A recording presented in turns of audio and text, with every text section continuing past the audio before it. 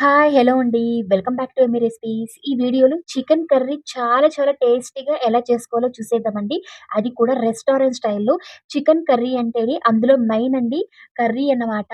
చాలా బాగా పర్ఫెక్ట్‌గా చూడండి బంగారపు కలర్‌లో అంతే కాకుండా రెస్టారెంట్ స్టైల్‌లో ఎలా తింటామో అలా మన ఇంట్లో కూడా చాలా సింపుల్‌గా తయారు చేసుకోవచ్చండి. చాలా చాలా ఈజీగా ఉంటుంది. అండ్ టేస్టీ కూడా తప్పకుండా ట్రై చేయండి. అండ్ మన ఛానల్‌ని ఫస్ట్ టైమ్ చూస్తుంటే ప్లీజ్ ఛానల్‌ని సబ్స్క్రైబ్ చేసుకోండి. అండ్ లైక్ చేయడం మాత్రం మర్చిపోకండి. ఇప్పుడైతే ఈ చికెన్ కర్రీ ఎలా చేసుకోవాలో చూసేద్దాం. అది కూడా రెస్టారెంట్ స్టైల్‌లో. ఇక్కడ నేను కడాయిలో కొద్దిగా ఆయిల్ అయితే యాడ్ చేసి ఆనియన్స్ అయితే ఫ్రై చేసుకుంటున్నానండి. మనం చికెన్ ఎంత క్వాంటిటీ అయితే తీసుకుంటున్నామో ఆనియన్స్ దాన్ని బట్టి తీసుకోవాలనమాట. ఇక్కడైతే నేను 2.5 కేజీ చికెన్ అయితే తీసుకుంటున్నానండి. ఇక్కడైతే నేను హాఫ్ కేజీ అంత ఆనియన్స్ అయితే ఈ విధంగా పొట్టంతా విడిపించి జస్ట్ ఇలా అర్ధానికి కట్ చేసి ఆయిల్‌లో అయితే యాడ్ చేసుకున్నాను వాష్ చేసి. మనం ఆయిల్ అయితే ఇక్కడ ఎక్కువగా యూజ్ చేస్తున్నాం కాబట్టి నేను అర్ధానికైతే ఆనియన్స్ అయితే కట్ చేశానండి. మీరు తక్కువగా యూజ్ చేసినట్లయితే ఆనియన్స్ అయితే చాలా సన్నగా కట్ చేసుకోవచ్చు. చాలా ఈజీగా ఉంటుంది. అది కూడా నేను ఈ విధంగా అర్ధానికి మాత్రం కట్ చేసి ఆయిల్ అయితే యాడ్ చేస్తున్నానండి. చూడండి కలర్ అయితే మారిన తర్వాత ఇప్పుడైతే తీసేస్తున్నాను ఆనియన్స్‌ని. ప్లేట్‌లో అయితే ట్రాన్స్‌ఫర్ చేసుకుంటున్నాను. అంతా మనం సెపరేట్ చేసిన తర్వాత అదే ఆయిల్‌లో కొద్దిగా టమాటోస్ అయితే యాడ్ చేస్తున్నానండి. టమాటోస్ అయితే ఇక్కడ నేను కట్ చేయట్లేదు. డైరెక్ట్‌గా చిన్న చిన్న టమోటాలని ఈ విధంగా యాడ్ చేసుకుంటున్నాను. ఇక్కడైతే నేను 1/4 కేజీ అంత టమాటోస్ యాడ్ చేస్తున్నానండి. 2.5 కేజీలు కాబట్టి మీకు నచ్చిన క్వాంటిటీ అండి. మనం ఎంత చికెన్ తీసుకుంటామో అంత క్వాంటిటీకి టమాటోస్ అయితే యాడ్ చేసుకోవచ్చు. ఇక్కడ నేను కట్ చేయట్లేదు. డైరెక్ట్‌గా టమాటోస్ ఈ విధంగా వేసుకుంటున్నాను. టమాటోస్ కొద్దిసేపు ఫ్రై అయిన తర్వాత అందులో నుంచి తీసేస్తున్నానండి. ఇప్పుడు ప్లేట్‌లోకి ట్రాన్స్‌ఫర్ చేసుకోవాలి అంతా.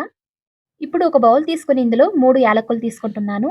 కొద్దిగా కాజు అయితే యాడ్ చేస్తున్నానండి. కాజు యాడ్ చేయడం వల్ల చాలా టేస్టీగా వస్తుంది కర్రీ అయితే.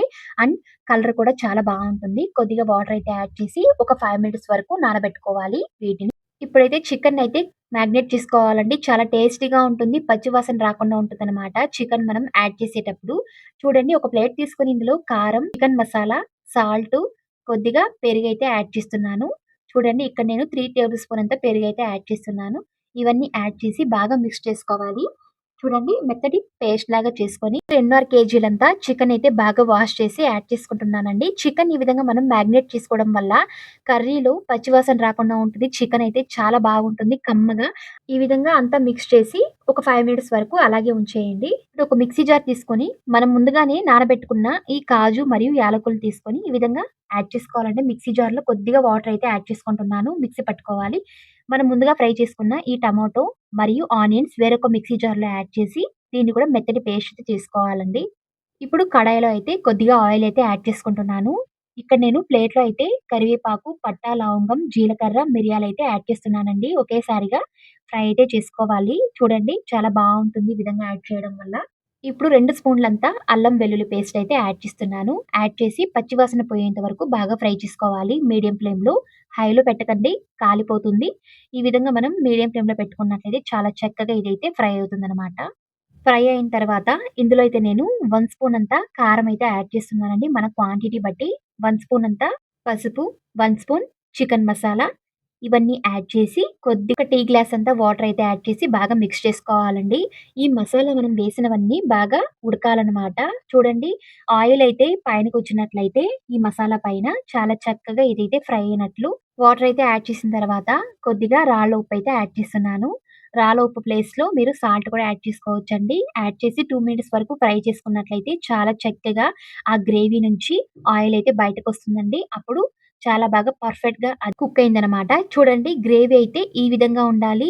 తేలుతూ ఉండాలి ఆయిల్ అయితే. అప్పుడు చాలా బాగా పర్ఫెక్ట్‌గా అండ్ పచ్చి వాసన రాకుండా ఉంటుందండి. మనం గ్రేవీ తినేటప్పుడు. ఈ విధంగా ఉండాలనమాట. ఆయిల్ అయితే ఈ విధంగా బయటకొచ్చిన తర్వాత మనం ముందుగా పేస్ట్ చేసుకున్న టమాటో మరియు ఆనియన్స్ ఈ విధంగా యాడ్ చేసుకోవాలండి మిక్సీ పట్టుకున్న దాన్ని. అంతా బాగా ఒక్కసారిగా మిక్స్ చేసేయండి. చూడండి చాలా బావుంది చూడ్డానికి. కలర్ అయితే కాంబినేషన్ చాలా బాగా అదిరిపోయింది. అచ్చం రెస్టారెంట్ స్టైల్‌లో ఉన్న ఆ గ్రేవీ లాగా ఉందండి. కలర్‌ఫుల్‌గా ఈ విధంగా తయారు చేసుకోవడం వల్ల ఒక 5 మినిట్స్ వరకు మనం కుక్ చేసుకోవాలండి. పచ్చి వాసన పోయేంత వరకు చూడండి చాలా చక్కగా ఈ విధంగా అంతా కుక్ అయిన తర్వాత మనం ముందుగా మ్యాగ్నేట్ చేసుకున్న చికెన్ ముక్కలైతే ఈ విధంగా యాడ్ చేసుకుంటున్నాను. యాడ్ చేసి బాగా మిక్స్ చేసి కొద్దిగా వాటర్ అయితే యాడ్ చేసుకుంటున్నాను. మాడిపోకుండా ఉండడానికి కిందైతే చాలా బావుంటుంది. గ్రేవీ కూడా చాలా క్వాంటిటీ అయితే వస్తుందనమాట. ఈ విధంగా వాటర్ అయితే యాడ్ చేయడం వల్ల. మీకు కావాలంటే వాటర్ కూడా స్కిప్ చేసేయొచ్చండి.